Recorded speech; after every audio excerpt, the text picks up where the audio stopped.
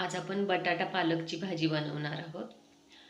ही भाजी एकदम झटपट अशी तयार होते आणि जास्त वेळही लागत नाही बनवायला। तर ही भाजी आपण टिफिनसाठी किंवा घरी खाण्यासाठी सुद्धा बनवू शकतो आणि कमी वेळेत झटपट अशी आपली ही भाजी तयार होते। तर चला मग आता आपण भाजी बनवायला सुरुवात करूया। तर इथं मी पालकची अर्धी जुडी घेतलेली आहे, ती स्वच्छ धुवून पातळ अशी कापून घेतलेली आहे।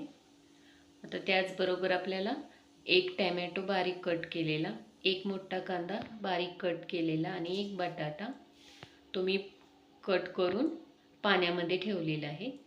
तर आता आपण कुकरमध्ये 2 चमचे तेल घालून घेऊया आणि त्यामध्ये 1 चमचा जिरे घालून, जिरे थोडे तडतडले की त्याचमध्ये आपल्याला कांदा घालून घ्यायचा आहे।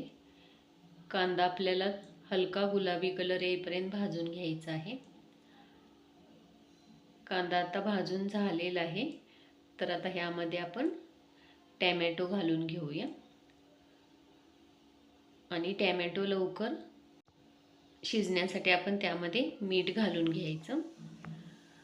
आता आपण हे मिक्स करून घेऊया आणि कमी गॅसवर टोमॅटो एकदम मऊ होईपर्यंत भाजून घ्यायचा।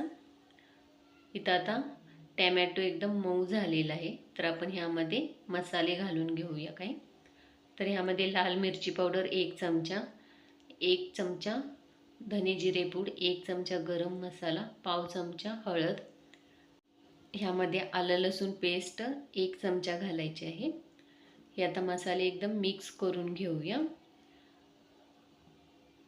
आणि आता ह्यामध्ये थोडंसं पाणी ॲड करून घेऊया, म्हणजे मसाले चांगले भाजले जातील आणि खाली लागणार पण नाही। यात आपण 2 ते 3 मिनटं कमी गॅसवर मसाले भाजून घेऊया। इथं आता मसाले भाजून झालेले आहेत। तर आता एकदा मिक्स करून घेऊया आणि ह्यामध्ये बटाटा घालून घेऊया आणि त्याचबरोबर आपण बारीक कट केलेली पालकसुद्धा ह्यामध्ये घालून घेऊया। हे आता एकदा मसाल्यासोबत मिक्स करून घेऊया। 2 ते 3 मिनटं भाजी आपण बटाट्यासोबत परतवून घ्यायची।